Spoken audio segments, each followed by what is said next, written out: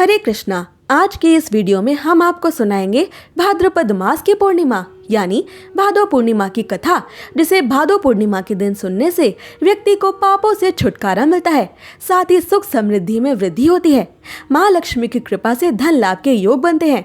हर साल भादो पूर्णिमा को भक्त और वैष्णव अधिक उत्साह के साथ मनाते हैं, क्योंकि भादो पूर्णिमा के दिन से ही पितृपक्ष की शुरुआत होती है।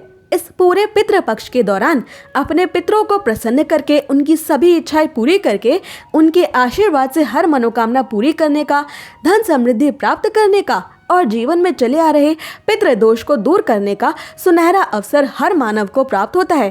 पितृपक्ष, जिसे श्राद्ध पक्ष भी कहते हैं, ये अवधि पूर्वजों को समर्पित है। इस दौरान पितरों की आत्मा की शांति के लिए श्राद्ध, तर्पण और पिंडदान किया जाता है। ऐसी मान्यता है कि पितृपक्ष में हमारे पूर्वज पृथ्वी पर आते हैं और अपने परिवारों को आशीर्वाद देते हैं। ये समय उनकी आत्मा को मुक्ति दिलाने और उनके प्रति सम्मान दिखाने का होता है। पितृपक्ष से जुड़ी इस भादो पूर्णिमा के दिन सत्यनारायण भगवान की कथा का आयोजन करने से, व्रत करके चंद्रमा की पूजा करने से कुंडली का चंद्र दोष मिटता है। इस दिन गंगा, यमुना आदि पवित्र नदियों में स्नान और दान आपको अवश्य करना चाहिए। पूर्णिमा तिथि पर श्री हरि के संग माँ लक्ष्मी की पूजा अर्चना करने का विशेष विधान है, जिससे भक्तों की हर मनोकामना को भगवान श्री हरि विष्णु पूरा करते हैं।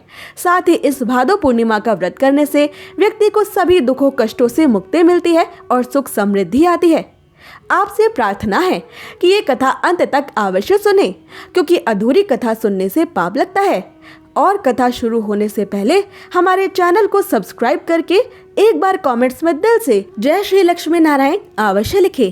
भगवान श्री हरि विष्णु और माता लक्ष्मी इस कथा को भाद्रपद पूर्णिमा के दिन सुन रहे सभी भक्तों की सारी मनोकामनाएं पूरी करें, उनका जीवन धन धान्य सुख समृद्धि से भरे। तो आइए अब शुरू करते हैं भादो पूर्णिमा 2025 की कथा। तो प्रेम से बोलिए श्री गणेशाय नमः। द्वापर युग में एक बार माता यशोदा ने अपने पुत्र भगवान श्री कृष्ण से कहा, हे कृष्ण, तुम संसार के रचयिता और पालन करता हो। आज मुझे कोई ऐसा उपाय बताओ जिसे करने से स्त्रियों को सौभाग्य की प्राप्ति हो, साथ ही उनकी सभी मनोकामनाएं पूर्ण हो। तब भगवान श्री कृष्ण ने कहा, हे माता यशोदे, मैं आपको एक अचूक उपाय विस्तार से बताता हूँ। स्त्रियों को सौभाग्य की प्राप्ति के लिए 32 पूर्णमासियों का व्रत करना चाहिए। इस धरती पर एक राजा थे जिनका नाम चंद्रहास था। वे अनेक प्रकार के रत्नों से परिपूर्ण कांतिका नामक नगरी पर राज्य करते थे। उसी नगरी में एक धनेश्वर नामक ब्राह्मण था, जिसकी स्त्री अति सुशील और रूपवती थी।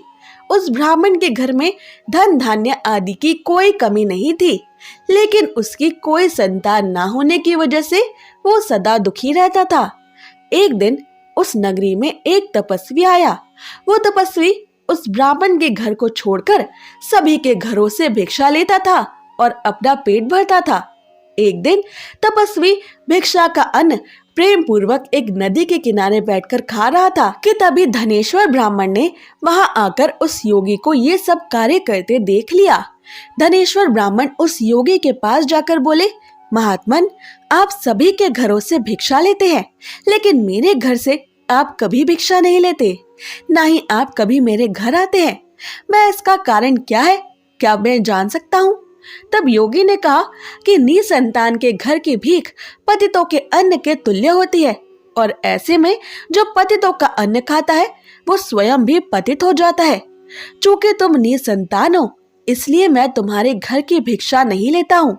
योगी की इस बात से धनेश्वर ब्राह्मण को बहुत अधिक दुख हुआ और वो उस योगी के पैरों पर गिर पड़ा और कहने लगा, हे महाराज, कृपा करके मुझे पुत्र प्राप्ति का उपाय बताइए। मैं पुत्र ना होने के कारण बेहद दुखी रहता हूँ। सब कुछ होते हुए भी मैं खुश नहीं हूँ। आप मेरे इस दुख को दूर करने का उपाय बताएं। ये सुनकर योगी कहने लगे, हे ब्राह्मण, तुम चंडी देवी की आराधना करो। योगी के कहे अनुसार धनेश्वर ब्राह्मण ने मन में जाकर चंडी देवी की उपासना की और उपवास किया।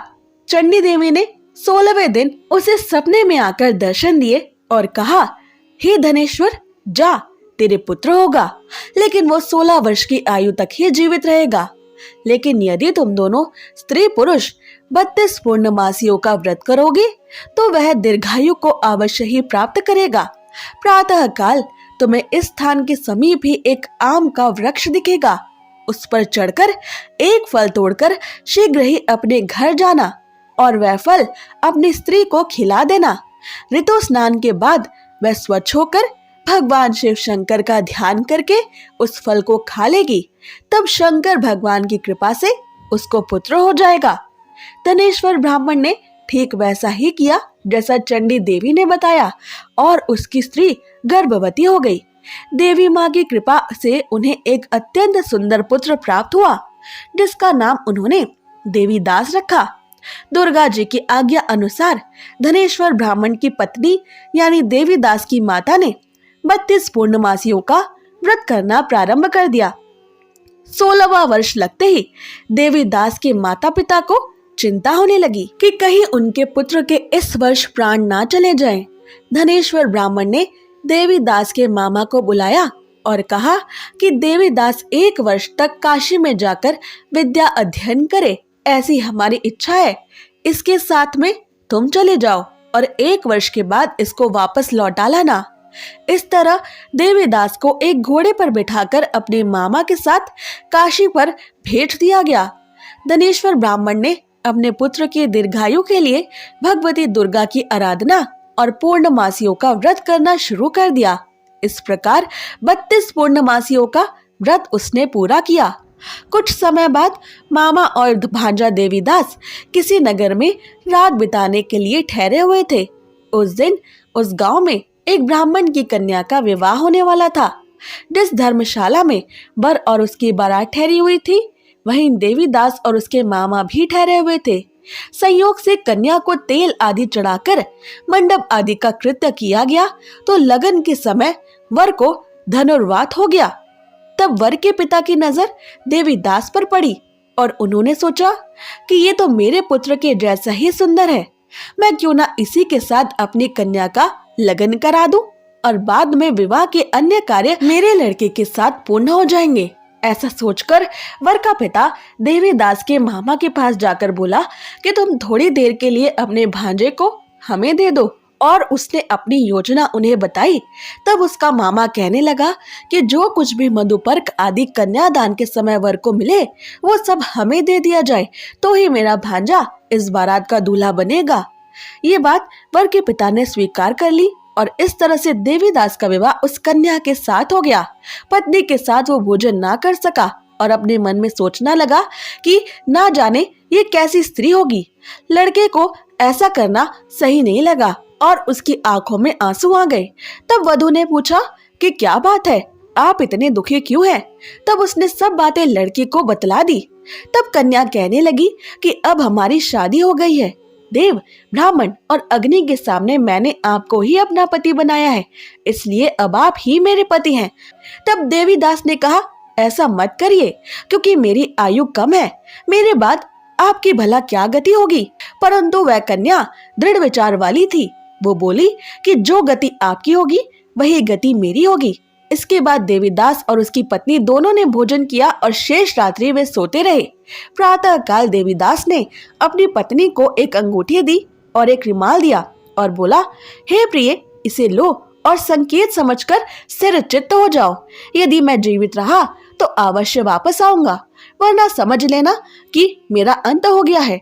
प्रातः काल जब शादी के कार्य पूरा होने के बाद सब बाराती मंडप में आए तो कन्या ने अपने पिता से कहा कि ये मेरा पति नहीं है और पूरी बात अपने पिता को बतला दी और बारात वापस चली गई। इस प्रकार देवीदास काशी से चला गया।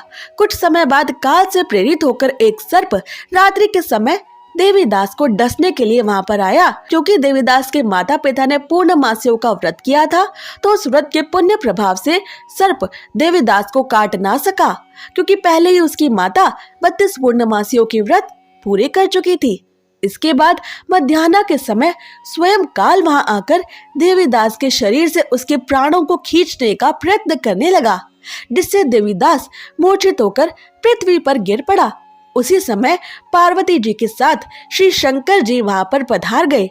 देवीदास को मूर्छित दशा में देखकर पार्वती जी ने भगवान शिव शंकर से कहा, ये वही बालक है जिसकी माता ने 32 पूर्णिमाओं के व्रत किए थे, जिसके प्रभाव से इसके जीवन के अंत का दोष अब कट चुका है।